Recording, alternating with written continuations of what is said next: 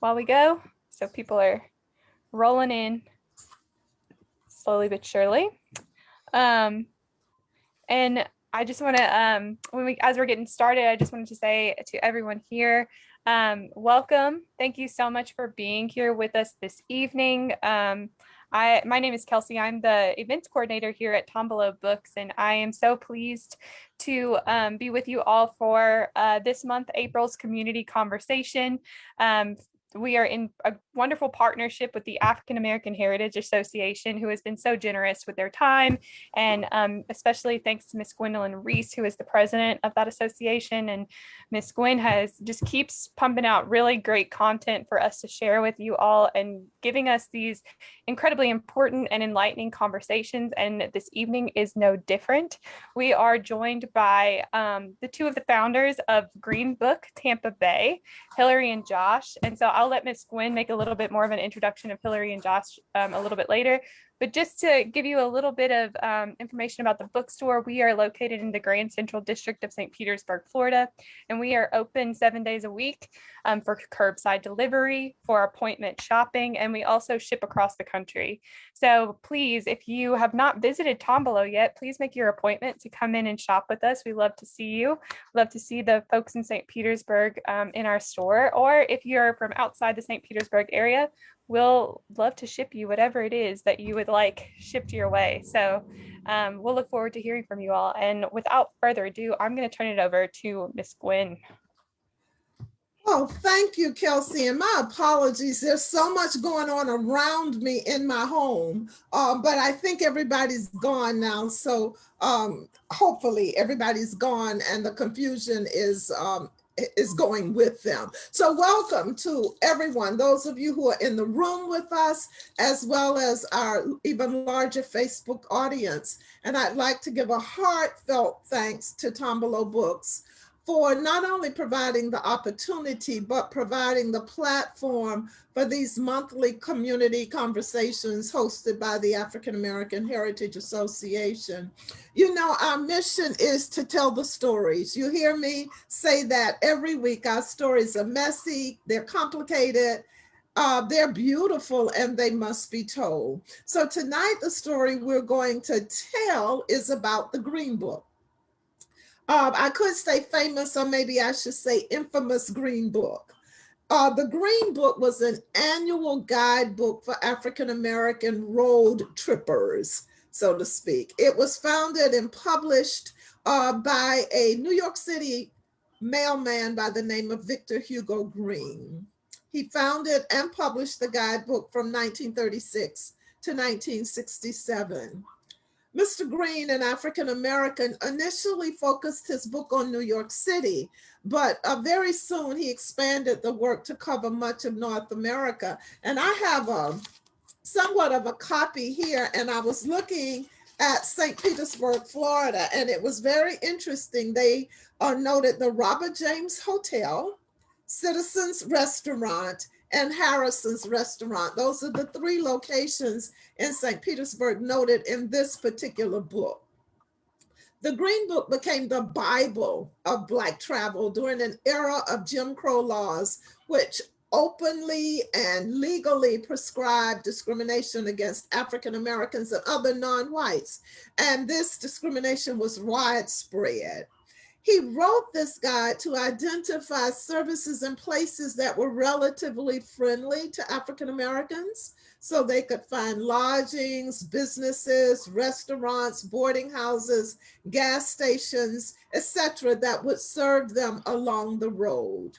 The Green Book was little known outside the African American community, but it was published at a time when discrimination against African Americans was widespread. It was during a time when we faced racial prejudice, price gouging, and even physical violence while traveling around the United States.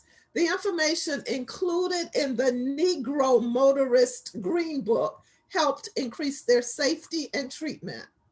Shortly after passage of the Civil Rights Act of 1965, which outlawed the types of racial discriminations that made the Green Book necessary, publication ceased and it fell into obscurity. So tonight, I am very pleased to have here to talk to you about Green Book Tampa Bay, Hilary Van Dyke, and I've known Hilary for a long time, and I'll let her do her own brief introduction. I've not known Joshua very long, and so I can't wait to hear his introduction so that I can learn a little bit more about them. So after you give your introductions, I'm going to come back with a question, Hilary and Joshua, to kind of kickstart the conversation. So Hilary, if you will unmute and introduce yourself. Hello, I'm Hilary Van Dyke. I'm one of the co-founders of the Green Book of Tampa Bay. I am technically originally from South Florida.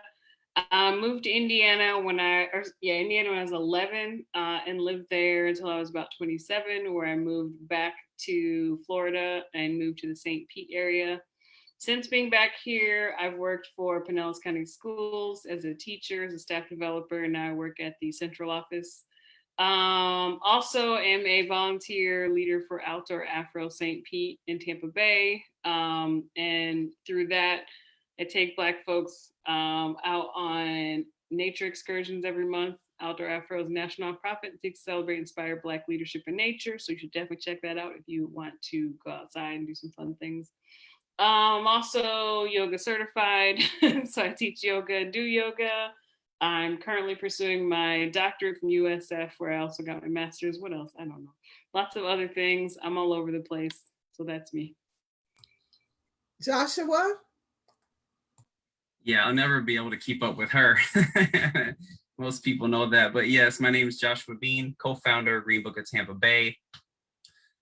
Educator with Pinellas County Schools. I actually was born and raised in Oklahoma City, Oklahoma. Moved here with my family when I was about 20, went to school here, graduated with my bachelor's and master's in social work, have my MSW. So I'm a social worker at a school in St. Petersburg, where Hilary and I met.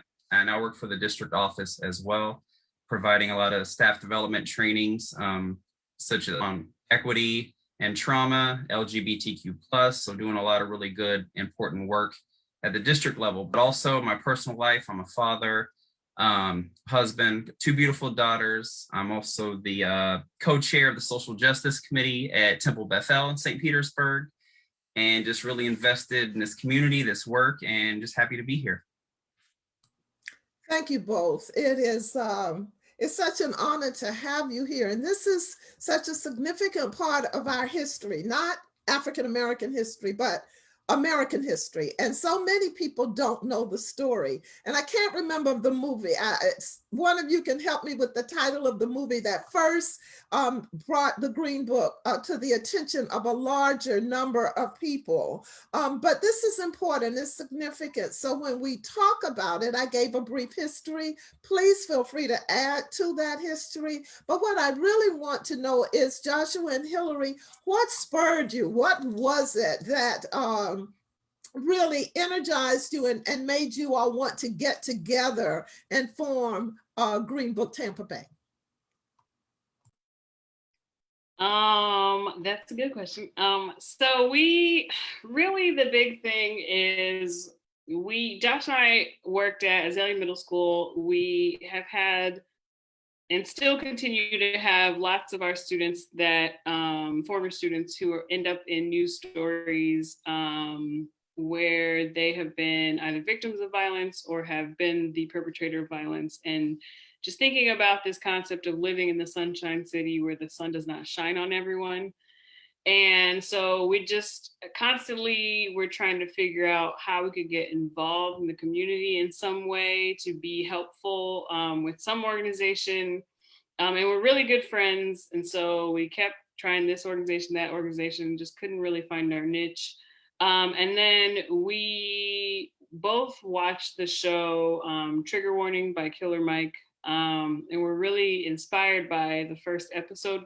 It spoke to us on a lot of levels because it aligned with a lot of the thinking we were already having around just like putting dollars in people's pockets, being intentional with your spending. We're also quick to go to Walmart or Amazon and put our money in all these other places when really there's all these different Black-owned businesses locally that are doing this work. or doing any work that you literally, if you just take that extra step, could just hire a Black-owned business to do the thing. And then also, we're both history nerds. So there's all these different cultural sites, artists, musicians, like all these other things that we just were thinking about. How can we start to just share this with other people? So it kind of was like born out of thinking about how can we be part of helping to get people to just put their dollars in these businesses to help improve the community instead of waiting around for other people, I suppose. And I don't know that we're there yet with that, because it kind of, some of it got away from us in that respect. But that was the original inspiration. Thank you, Hilary. And Joshua, what inspired you? Well, I would say everything that Hilary said, but then my interpretation is, in addition to what she said, and she was the person who taught me about the Green Book in one of her early equity cohorts for the district, because I didn't learn about it in my Eurocentric, upbringing in Oklahoma City public school system. Didn't learn about it in college, so it was like, dang, I thought I was well versed and I just wasn't. So there was that piece of it, of Hilary already teaching us about this important piece of history. And then I think it was in my mind, it was at the Sunshine City Music Festival, and she was interviewing, I think, Jabbar and some other filmmakers. I think we watched the film by the Boston Brothers, and something in my mind happened, and I'm like, Hilary, we got to do the Green Book originally it was for Pinellas and Hillsborough counties, like the names evolved, but all the things she mentioned, in addition to that, it just clicked and the stars aligned, and we knew we had to do it and move forward. Well, on behalf of the community, I want to say thank you for doing it. Thank you for having the vision and moving forward and making the vision real. I think it's important, especially when you talk about how you've expanded it beyond the original to include artists and musicians. And we do have a lot of Black-owned businesses. I want to remind everyone that you may ask questions in the chat room at any time. And as the questions come up, I will relay them. So I want to ask you, both of you, what have you learned? What's been the most significant learning experience for you in coming together to form or to create Green Book Tampa Bay? I think I would say just continuing to go out and try to learn everything we can from anyone we can. We're both really relationship-minded people. We always call ourselves Switzerland, so we're going to make relationships with everyone we can, and try to leverage those relationships to grow the Green Book and make it the most comprehensive Black-owned business directory in the area. We're up to 703 businesses listed right now between Pinellas and Hillsborough. 703, that's a lot. So that's, for me, is one of the things, just the number of people we've met, the amount of things that we've learned. Josh, what about you? Yeah, well, the biggest thing is, like, we're educators, not like business owners. We don't have MBAs. We didn't go to school for it. An early interview with the Catalyst and the Chamber were asking us, so how did that work out? So we've learned a lot, like trial and error, to say the least. But what Hilary said, the power collaboration. We say this in like every interview. Like, sometimes people say that people can't work together, but in our experience, it's not true. So shout out to One Community, shout out to the Deuces. We would not be here and have the reach that we have without support from our community. Thank you for that. So let's sort of go back a little and bring some history into this. And let's talk about the history of the Green Book, and even how much society has changed as it relates to why the original founder even started the Green Book, and challenges that African Americans face today. They may be a little different, but I'm sure you can still help us identify, talk about some of the challenges of African American businesses, and even how we're treated when we patronize businesses. So either one of you, just. Yeah, and I'll just say the one thing we get the question a lot, like around, well, not a lot, but the why only Black businesses. And I think I'll let Josh speak to the Pinellas equity profile. But just thinking about the fact that even when you look at COVID response and the loans that businesses were supposed to get and how they wrote in provisions for minority owned businesses, but still even within that, it still did not help Black businesses at the same rate that it helped white owned businesses, or even how banks reached out to help businesses. So even here in this thing that literally has written in provisions for it, it still rolls out the way everything else rolls out. So it kind of just to us always comes back to we can't keep waiting around and hope that like our government or our city is going to do the right thing, or at least that we can be part of that right thing while we maybe hope and wait for them to get themselves together. But I'll let Josh speak a little to the equity profile as well. Yeah, definitely. We're definitely data-driven people, and around the same time we're learning and growing as educators. The 2016 equity profile data was released and really highlighted the discrepancies and the disparities from home ownership to access to healthcare, criminal justice system. Does higher education lead to higher wages? And Black people were always at the bottom of those lists and those data points. And I think the goal of equity, some people say, well, why not these people? Why not this group of children? Well, I think the goal is that you build the bottom up, everyone else benefits from it. So really getting people to be intentional with their spending, and especially people who look like me, because we know Black people frequent white-owned businesses, but how important is it for us to be intentional where we spend our dollars and return that favor? And that's kind of part of our mission. What a powerful point to make, because Black people do spend their monies in white businesses, but how often do white people spend their money in Black owned businesses? Thank you, Joshua, for making that point. I was going to say, and also see it as just, I'm just supporting a business and not like that it's some act of charity or some like, amazing thing that I, just like doing it because I'm doing it. So I think even that, like building it as a habit of mind where you just pull up greenbooktampabay.org and look for your business there first before you do the other thing, versus it being this thing that you have to, maybe on Thursdays I'll do this, but just make it a thing that you do all the time as well. And make your reason be that I'm purchasing goods and services from a quality goods and services from a local owned business. And I'm supporting Black businesses in doing this. So thank you. That was a very good point. When Mr. Green published his the Green Book, he published it in order for African Americans to be safe when they were traveling on the road. Your Green Book is not about safety, but there is safety in when we talk about equity, because then that gives us safety in our life experiences, in our health and our education. So it's a different kind of safety, but it still is. So talk a little bit about how you see the connection or the correlation between what he did in the 1930s, 50s, 40s, 50s, and 60s, and what you're doing now. It's different, but not that much. So make the connection for us. I think the connection for me is mainly about highlighting the Black businesses. There is still a safety component.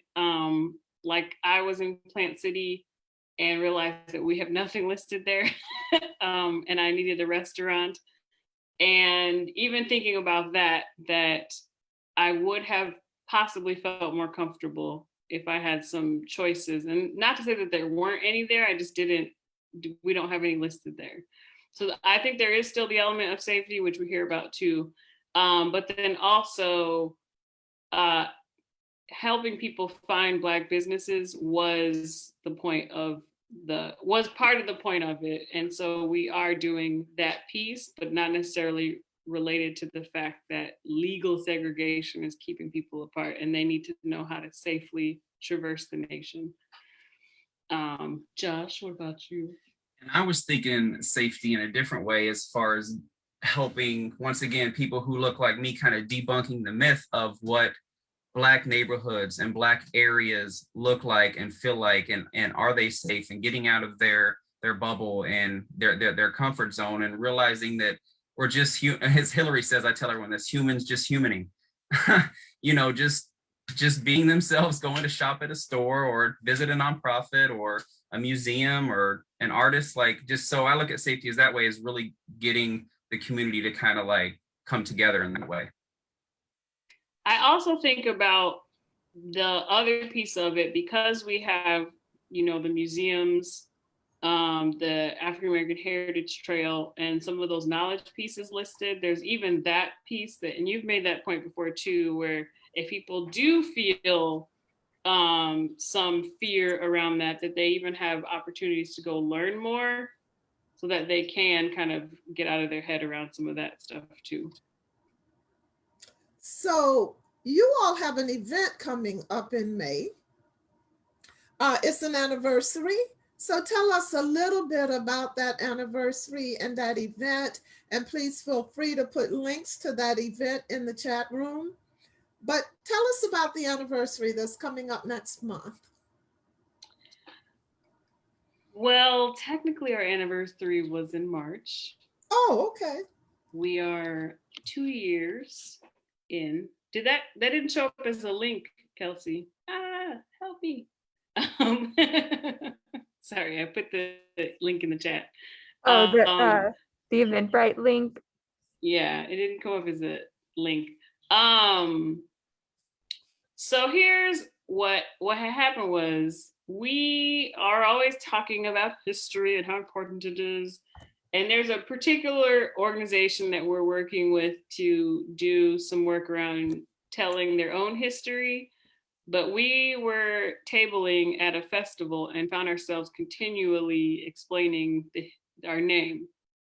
So we'd say, this is what we do, you know, we're Black on Business Directory, da da da. And they'd be like, well, why aren't you the Black Book?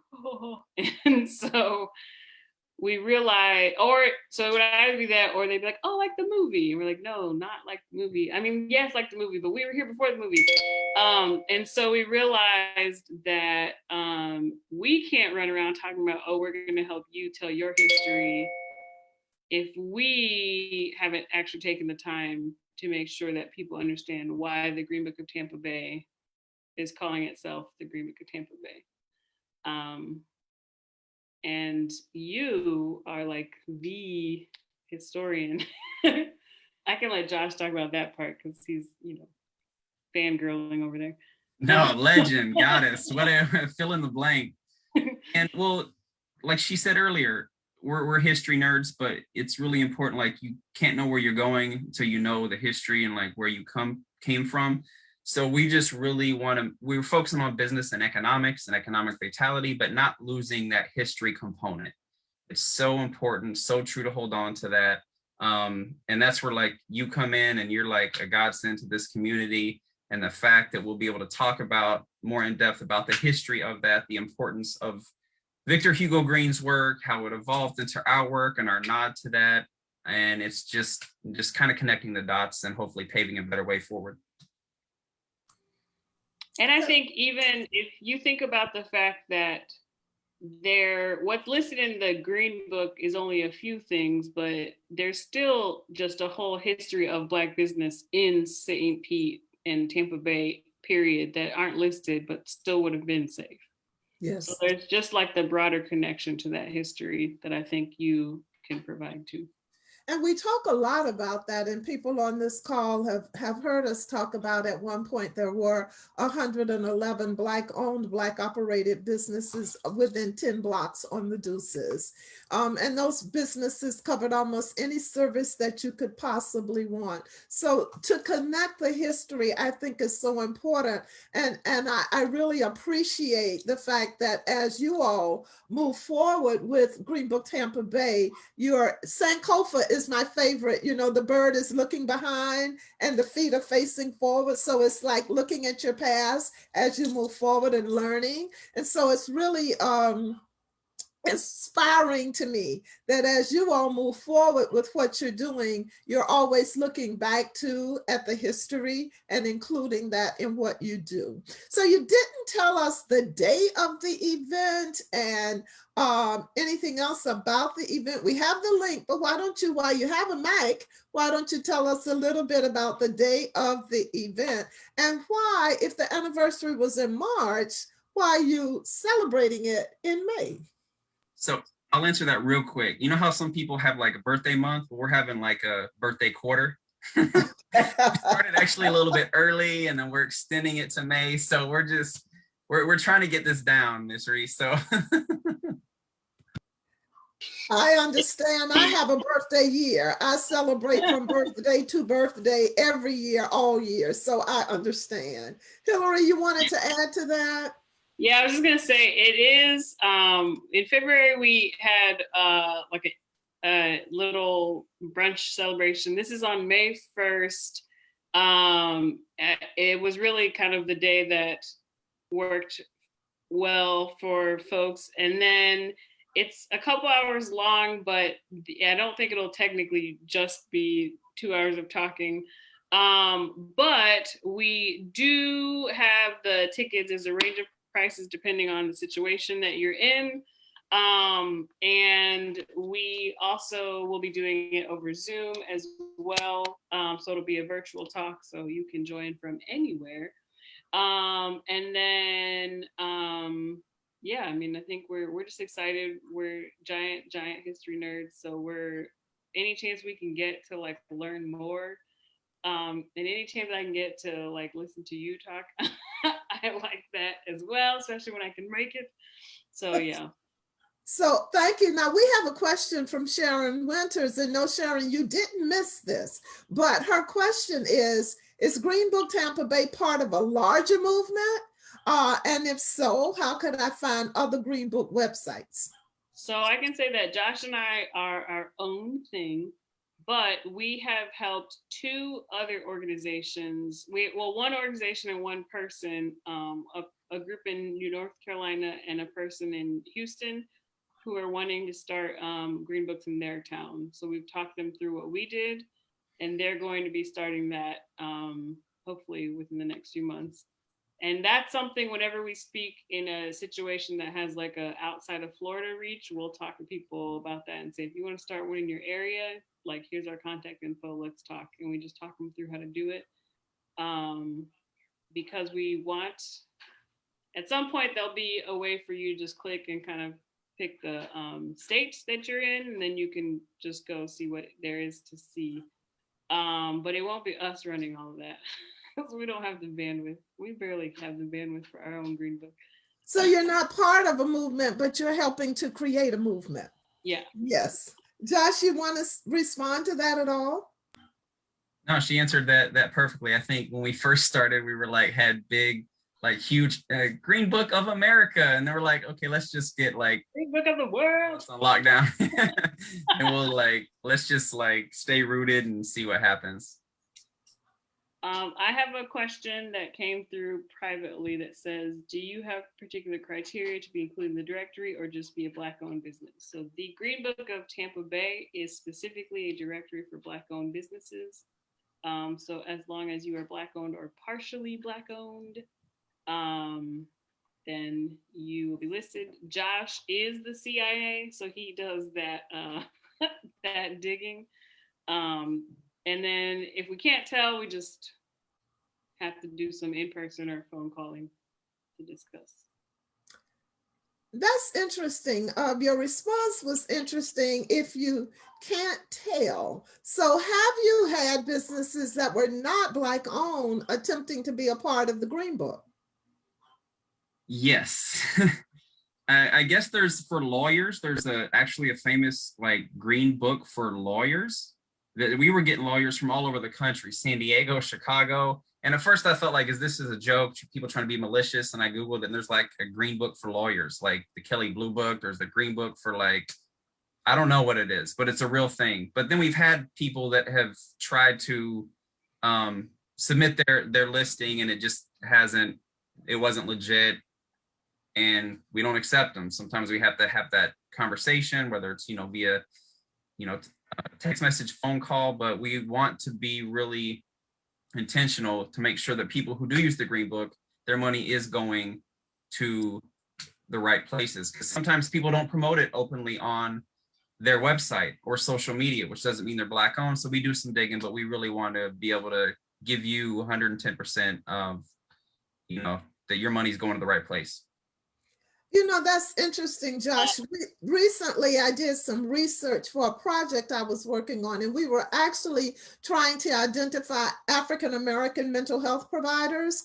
And that's what I searched for in a number of different ways. But I got so many people who were not African-American mental health providers, yet they were listed on sites for African-American mental health providers. So that's very interesting. Now we have another question, and Hilary has put the website in the chat. How do we locate businesses listed in Green Book Tampa Bay? And is there an app for phones? There's not an app yet, but if you go to that website there's a search bar. It's the first thing that pops up. And it says in the search bar, search for a Black-owned business. And you just type what you're looking for. And another thing I'll add, oh, never mind, I lost it. Yeah. So Hilary and Joshua, do you have physicians listed in there? Do you cover health? So tell us some of the categories that you cover in Green Book Tampa Bay.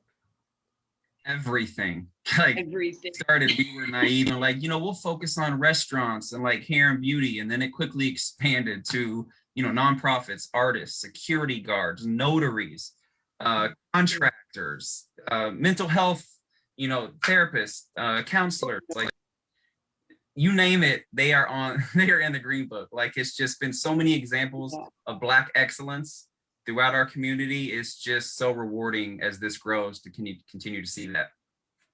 And when there isn't one, generally, if we put it on our Green Book story, somebody will respond with someone, and then we can reach out to see if they are okay with being added.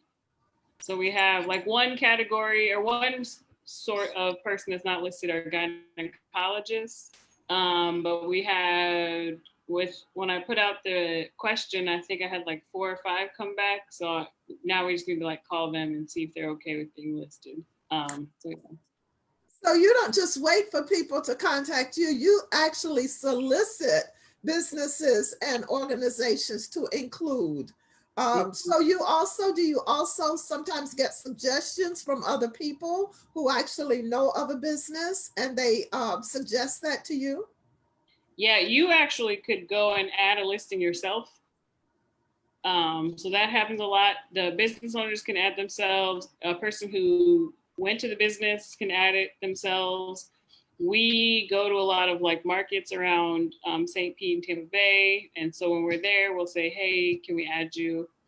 Things like that. Food trucks that are popped up, we'll be like, hey, Yes. can I do the Green Book? So. Yeah, because we have some excellent food on food trucks, and that's become something that I've really started looking into, and I've had some of the best barbecue and some other really good soul food, and it's from a food truck. So that's interesting for our audience to know that you can actually suggest businesses if they're not already listed on the Green Book. You can suggest a business. Now, is there a way do you have yet any kind of rating system where people get to rate the businesses once they have visited them? Yes, Joshua. So Hilary said it's not a common, it's a frequent question, but it does get asked from time to time. And our short answer is no. We've thought about it, but because, with some of the press we get and news articles and predominantly white spaces, we'll get some what we call hate mail or comments or feedback. And we didn't want people to sabotage businesses in the process. I know it's important for people to know that rating, Yelp has it, Google has it, but we just haven't crossed that bridge yet, felt comfortable to do it in a way that we feel like peace of mind, if that makes sense. It does. Yes. there are pros and cons to doing that, because some vicious people will use it to give terrible ratings, Right. and they're not being sincere. So here's a question from Jane. Hi, Jane. Are you still in Florida? You can put it in the chat room. Jane was on our conversation a few months ago, and she and John Wilson are doing research regarding the lynching of John Evans, and their research is taking them in a very different direction from what we've always learned. But Jane has a question. Will the historical Green Book that includes St. Pete be on display in a local museum or heritage village for people to learn about it if they have not already? And she learned about it in DC at the National Museum for African American History and Culture. And there are several versions of the book that are available on Amazon. My version is sort of one of those. It's not the original. Mm-hmm. And I have several copies, but yes, my answer is going to be yes. Oh, you're in Pennsylvania now. Okay. My answer is going to be yes, that at either the African American Heritage Association will display it, or I'm sure the Dr. Carter G. Woodson Museum, I'm sure that we will have even an exhibition or a conversation around it, and also have it on display. What a great question, Jane. Thank you. Any other questions for regarding the Green Book, not just today, but we can go back to the 30s and 40s and 50s when this book was absolutely necessary. And by the way, that we had so many more businesses than what is actually in this book. But I did want to say that Citizens Restaurant was at 948 2nd Avenue South. I frequented that as a child. I remember the Robert James Hotel. I do not remember Harrison's Restaurant, very near where I lived, 443 14th Street South, right off of 5th Avenue. So I'm going to have to go back and ask some of my friends who are older than I am if they remember Harrison's Restaurant. But there were so many other businesses that did not make it into this Green Book. So I think it's awesome, Hilary and Joshua, and I know there are other versions of the book, but I think it's awesome that you have over 700 businesses already in your Green Book. What year is the one that you have? It is the 1959 edition. And so by then I was 10 years old. So I can name some more businesses, but we don't know how he went about gathering this information. And of course he was in New York. So I'm sure he was going by word of mouth or someone telling him, but this is a 1959 version.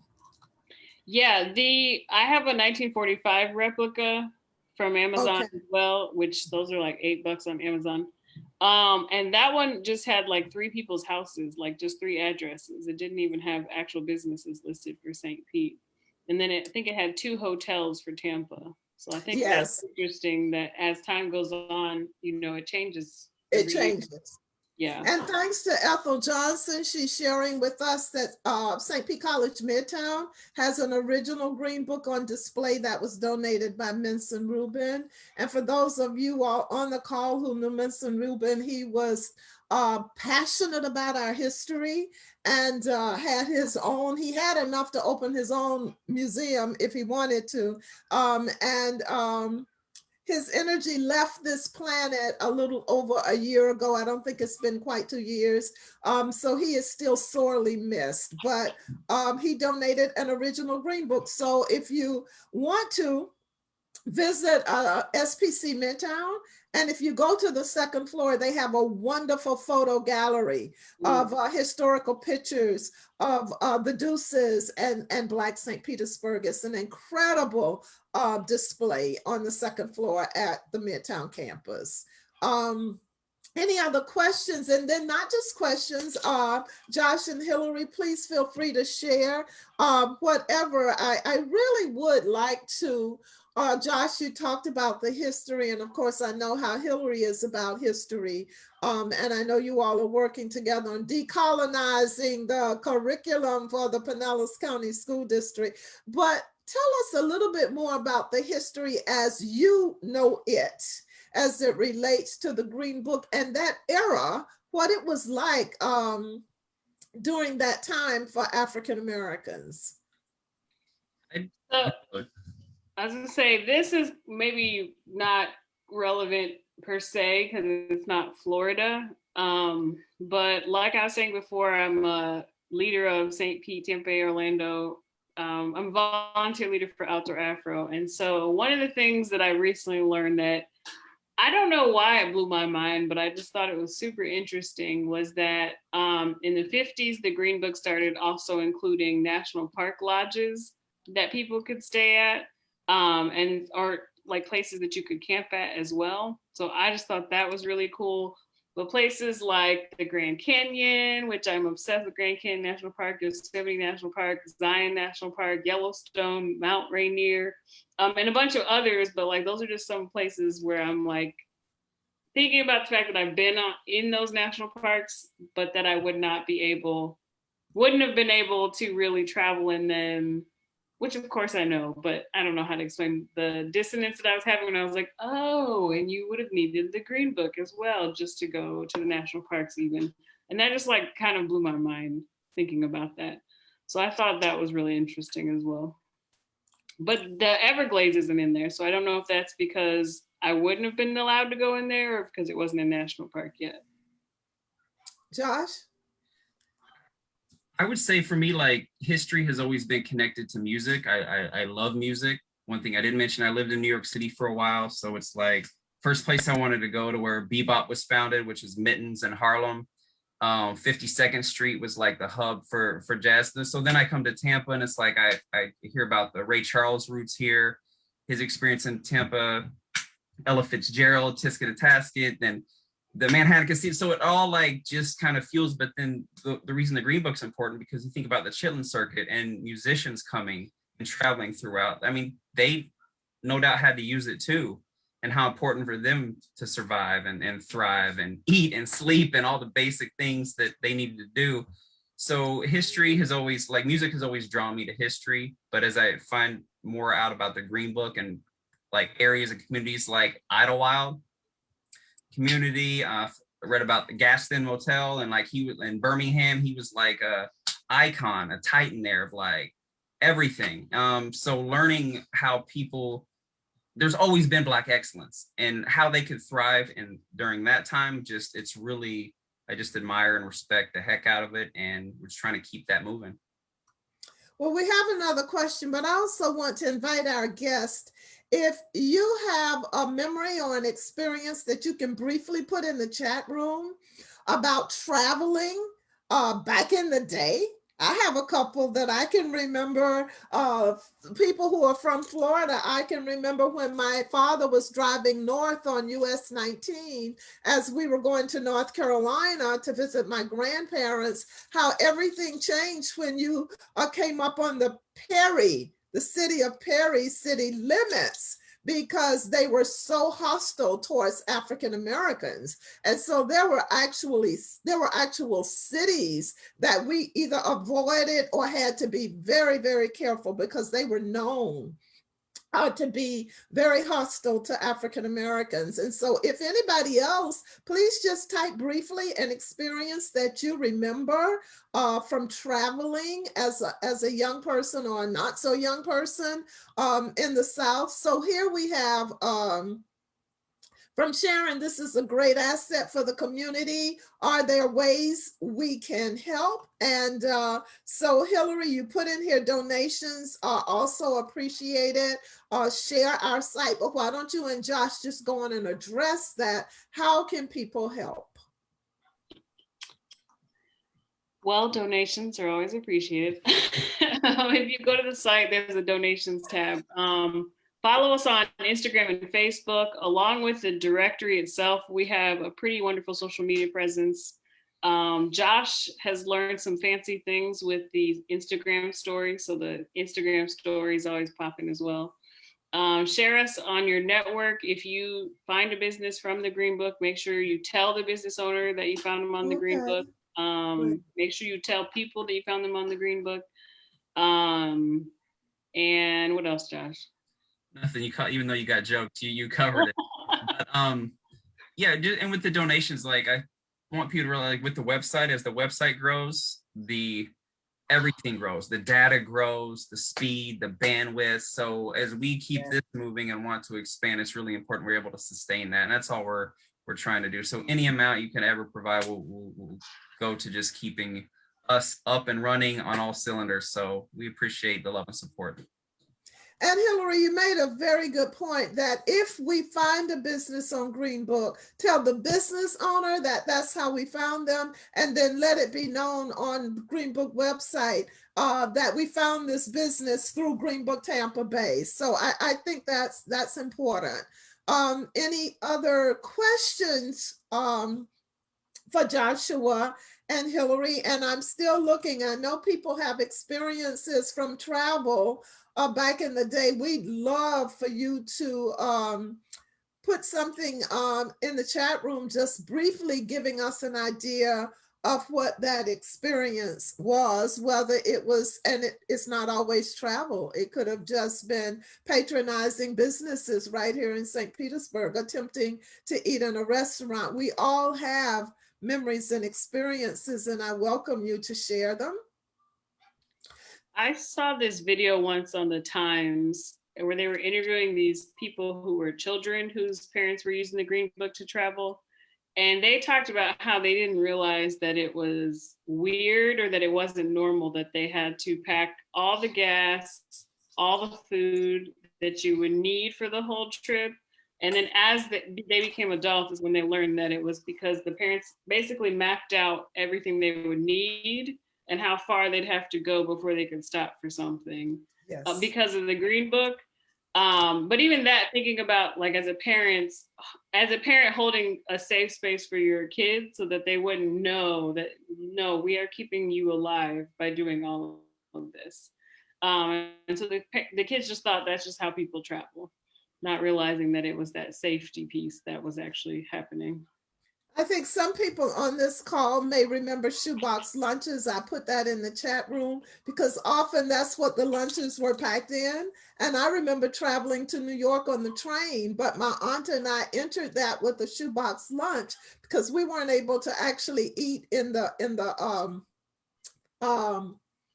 restaurant car on the train. And so, you know, that shoebox lunch usually has some pound cake in it, always has some fried chicken in it, and has some other things, but they were actually oftentimes packed in a shoebox. And that's why they were called shoebox lunches. And that was because as we traveled, we never knew when there would be a place where we could stop to eat or to go to the restroom or to get gas or to do any of the things that would be normal and natural to someone traveling.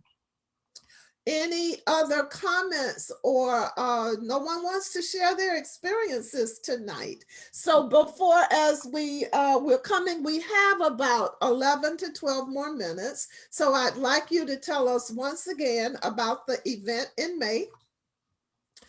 So we can just have that on our minds as we close out. And let us know of any other events or opportunities that are available to us to learn more about the organization and what you do. And Thea, thank you. I saw you and I wanted to give you a shout out. And so now you've done it to me, a direct message. It's so good to not see your face, but to see your name. And Thea, I've been talking about you lately. So Hilary and Joshua, tell us again, remind us again about the event. Tell us about the ticket prices. I know there's sliding scales to you know, to fit the budget of different people, but tell us more. Come on, you know, toot your horn about this upcoming event. Not about me now. Stick to the event so people will know when and where. So on May 1st, via Zoom, we are doing the Green Book, A Traveler's Guide with local griot Gwendolyn Reese. The link is in the chat box. It's 2 hours with some intro and conclusion within the middle of conversation about the what the Green Book of Tampa, or the Green Book is, and its implications on Black businesses locally. and Black travelers. We hope that you will attend. Make sure that you visit the greenbooktampabay.org. Sorry, not the, just greenbooktampabay.org or greenbooktv.org. Bookmark the page, make sure you use it. It's basically Black Yelp. You can also find us in the Weekly Challenger. Occasionally there'll be business spotlights of businesses from the Green Book. There were 2 on the last one, so those are awesome. They're on the website as well as printed.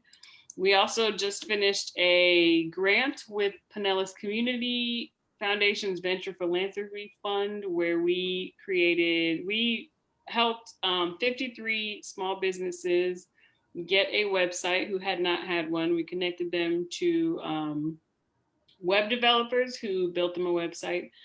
So that's been a thing we've been working on for the last like 6 or 7 months, which has been pretty cool. Follow us on Instagram or Facebook at Green Book TV. Again, Josh is really good at Instagram. And we have 703 businesses listed currently. If you support a business that you don't find on the Green Book, click add listing and add that business to the directory so that they know about it. Last month, we had 5,589 people visit the Green Book. So that is a lot of people that could potentially visit your business, your friend's business. So just make sure you're helping the community out. And then also the last thing I'll say before I stop talking is that we also do the 2 times a month an interview with a Black business owner or a group of Black business owners called Green Book TV. And those are fun for us, where we just get to learn a little more about a specific business owner and what they do. We put those interviews on Instagram as well as YouTube and post the link to Facebook. So it's just a little bit different of content where, again, you can just learn about business. So you can see along with the directory, a lot of the rest of what we're doing is just other things to try to highlight these businesses for the community. So Hilary, you mentioned in print. You said that very casually and you said it quickly, but is the Green Book also available in print, Joshua? That's another common question, but because the fluctuation, as much as we've grown, we have also had to delete businesses, and we just feel like that would be an obstacle that we would always have to, like, it'd be hard to update it and print it. Even if we did it monthly, it does change a lot. So at this moment, no, we don't have a printed version. And that's so we're saving trees. Thank you for Yes. that. So we have Jonah Valentine. Thank you, Jonah. She put in an experience, and this was even as late as the early 70s. As a child in the early 70s, traveling from Pennsylvania to visiting family in Charleston, South Carolina, we'd leave in the early morning hours so we could reach our destination in the daylight hours. Thank you, Jonah. I had the same kind of experience. So Hilary or Joshua, is that something new to you? Talk about that for just a minute. And Jonah, thank you for sharing. Anyone else with that experience? I remember that because you did not want to be on the road after dark. So, I mean, that's not to me, that reminds me of thinking about, like, you know, I live on the border of Gulfport, which was a sundown town. Yes. I think Kenneth City was one. Is that true? I might be making that up. Maybe it's just how I feel when I drive through there sometimes. Be careful. Just kidding. I'm just kidding, everyone. But sorry, Jonna. Got it.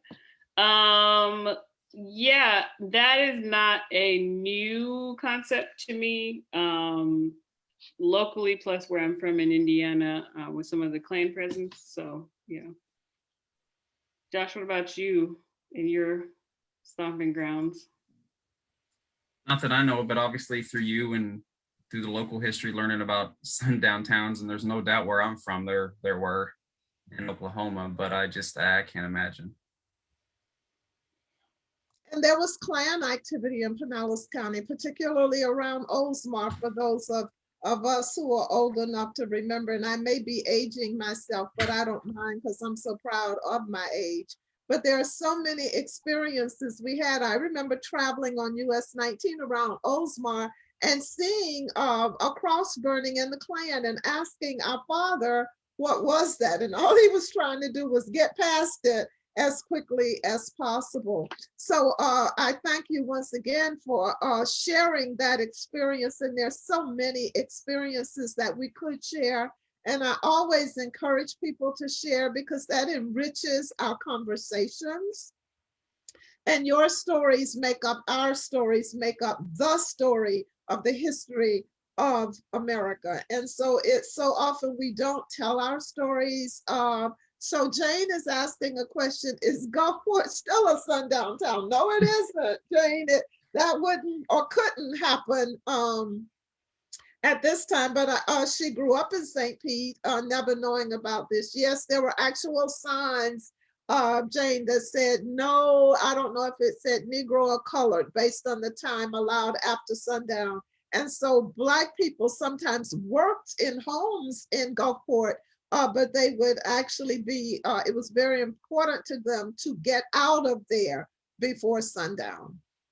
I always think about stories I hear too, people talking about Lincoln Cemetery when they were like burying or visiting family and then having to like get all the way back across town to avoid any sort of trouble. Yes, because it's on 58th Street and that's definitely in Gulfport. And you know, you brought up a topic that I think our next month, our conversation is going to be about African-American cemeteries and burial grounds.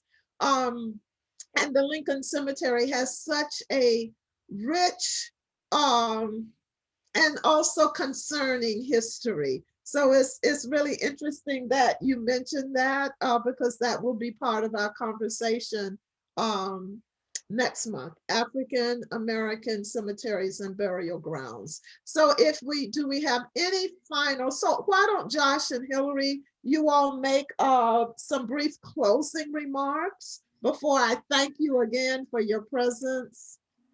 Perfect, thank you. I'll say, while we're celebrating our 2-ish anniversary,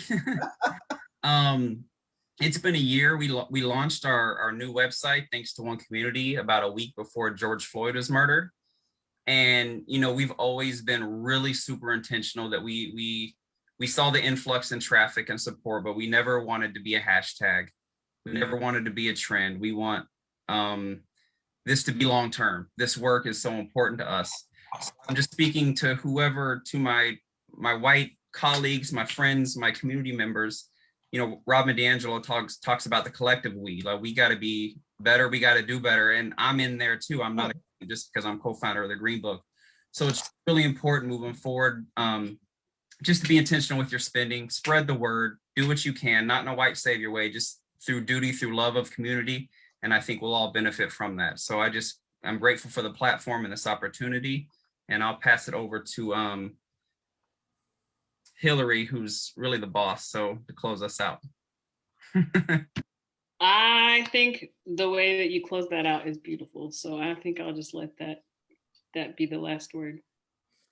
And so what I would like to do is on behalf of our audience in the room, I love saying in the room, it feels like we are in the room together, as well as our larger Facebook audience. I'd like to thank both of you for being my guest tonight, but even more importantly, I'd like to thank you for the work you're doing and the vision you had to create Green Book Tampa Bay. It is something that I will, once I begin to get out again, I will definitely go to Green Book Tampa Bay looking for businesses that I can support in our community. So we're having I hope you can see in the chat rooms the different comments coming in. And Jane, once again, my parents would drive us all over St. Pete and never discuss anything about the neighborhoods. I feel like I'm getting a whole new perspective on my hometown's history, thanks to you and our wonderful speakers. Thank you for your work. And you know, this is why we do what we do, because we know these stories have not been told, but we also know they must be told. So thank you, everyone, and back to Kelsey. Kelsey, do you want to close us out? It would be my pleasure, Miss Gwen. Okay. Thank you so, so much.